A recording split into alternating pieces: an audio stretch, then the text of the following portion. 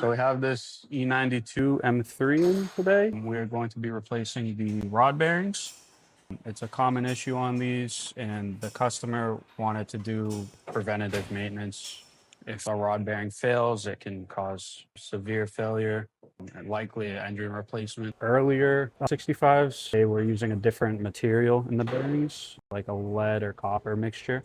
And then BMW released updated bearings, so we are swapping to the revised bearings. Right now we have the oil pan down, subframe down to get access, and we will start cracking those connecting rods loose one by one, getting those bearings replaced.